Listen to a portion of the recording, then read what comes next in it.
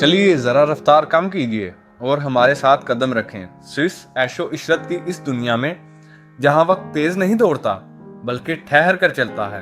یہ وہ سرزمین ہے جہاں کمال اور فطرت ایک خاموش ہمراہی میں ایک دوسرے کے ساتھ سانس لیتے ہیں۔ یہاں حسن چیختا نہیں، اپنی موجودگی کا اعلان نہیں کرتا، بلکہ دھیرے سے دل میں اتر جاتا ہے۔ یہ وہ جگہ ہے جہاں ہر منظر ایک شاعر کی نظم کی طرح محسوس ہوتا ہے اور ہر خاموشی کسی گہری سوچ کی نمائندگی۔ آج ہم اس نفاست، اس ہنر اور اس فلسفے کی تہہ تک جائیں گے جسے دنیا سوئس عیش و عشرت کے نام سے جانتی ہے۔ شاید اس پورے تصور کو صرف ایک جملے میں سمیٹا جا سکتا ہے: دولت چیختی نہیں بلکہ سرگوشی کرتی ہے۔ یہ کوئی محض خوبصورت جملہ نہیں بلکہ سوئس کردار کی گہری پہچان ہے۔ یہ وہ سوچ ہے جہاں دکھاؤ پر رازداری اور شور پر سکون کو فوقیت دی جاتی ہے۔ اسی سوچ کے ساتھ ہم اپنے سفر کا آغاز کرتے ہیں، خاموش مگر باوقار شہروں سے۔ وہ شہر جو روشنیوں اور شور سے دور دنیا کی دولت کو خاموشی سے سنبھالے ہوئے ہیں۔ یہ کوئی معمولی بات نہیں۔ سوئٹزرلینڈ دنیا کے تقریباً 25% نجی اثاثوں کا انتظام کرتا ہے۔ یہ صرف ایک عدد نہیں، یہ عالمی مالی نظام میں اعتماد، استحکام اور مستقل مزاجی کی علامت ہے۔ یہاں دولت نمائش کے لیے نہیں بلکہ تحفظ اور تسلسل کے لیے ہوتی ہے۔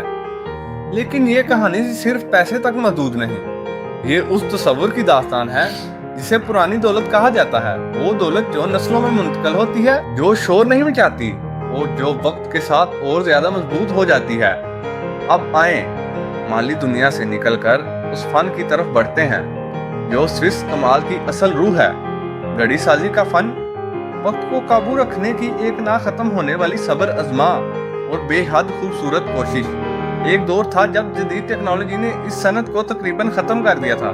ایسا لگا جیسے صدیوں پرانا ہنر اب ماضی بن جائے گا، مگر سوئس مہارت خاموش رہتی ہے، کمزور نہیں ہوتی۔ ہنر نے خود کو نئے سرے سے دریافت کیا اور یوں سوئس گھڑی پائیدار معیار، درستگی اور اعتماد کی عالمی علامت بن گئی۔ آج سوئس گھڑی محض وقت بتانے کا آلہ نہیں، یہ ایک حرکت میں ڈالا ہوا فن ہے، ایک ایسا شاہکار جو کلائی پر پہنا جاتا ہے مگر دل میں محسوس ہوتا ہے۔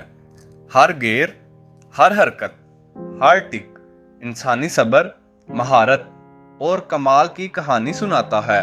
یہ ایک متحرک مجسمہ جو خاموشی سے یہ کہتا ہے کہ اصل معیار وقت کے امتحان سے گزرتا ہے۔ اب آئیں شہروں کی نفاست سے بلند ہو کر الپس طرف چلتے ہیں۔ برف سے ڈکی ہوئی جوتیاں، خاموش وادیاں اور وہ سکون جو لفظوں سے ماوار ہے۔ یہ وہ مقامات ہیں جہاں انسان قدرت سے ہم کلام ہوتا ہے، جہاں عیش و عشرت چمک دمک نہیں بلکہ خاموش عظمت بن جاتی ہے۔ یہاں وقت آہستہ چلتا ہے، سانس گہری ہو جاتی ہے اور زندگی زیادہ واضح محسوس ہوتی ہے۔ یہاں عیش و آرام کے پیمانے بلندیوں کے ساتھ بدل جاتے ہیں۔ رازداری، سکون اور فطرت کے قریب ہونا سب سے بڑی دولت بن جاتے ہیں۔ مگر وقت کے ساتھ عیش و عشرت کا مطلب بھی بدل رہا ہے۔ آج دولت کا معیار ملکیت نہیں بلکہ تجربہ بن چکا ہے۔ لوگ اب چیزیں جمع نہیں کرتے بلکہ ایسے لمحات تلاش کرتے ہیں جو نایاب ہوں، ذاتی ہوں اور ناقابل تکرار ہوں۔ آج کے نئے اسٹیٹس سمبلز کسی شو کیس میں بند نہیں بلکہ قدرت کے بیچ گزارے گئے خاموش، خالص اور یادگار تجربات ہیں۔ یہی ہمیں ایک بہت اہم سوال تک لے آتا ہے: کیا اصل عیش و عشرت کسی چیز کی ملکیت ہے یا وہ تجربہ جسے جیا جائے؟ آخر میں جب قدرت کی بے مثال شان اور انسان کی کمال کی تلاش ایک ہو جائے تو جنم لیتا ہے سوئس عیش و عشرت کا وہ تصور جو خاموش ہے مگر لازوال ہے۔ کبھی غور کیجئے، ایک سوئس گھڑی کے اندر گیروں کی خاموش گردش بالکل ویسی ہی لگنی ہے جیسے الپس کے اوپر ستاروں کی ازلی حرکت۔ جب ایک پہاڑ اور ایک شاہکار دونوں وقت کی پیمائش کر رہے ہوں تو پھر ہمیشگی کا اصل مطلب کیا ہے؟ یہی وہ سوال ہے جو سوئس عیش و آرام کی روح میں ہمیشہ زندہ رہتا ہے۔ اگر آپ کو یہ ویڈیو پسند آئی ہو تو لائک ضرور کریں۔ مزید ایسی ویڈیوز کے لیے چینل کو سبسکرائب کریں اور بیل آئکن کو دبانا مت بھولیے.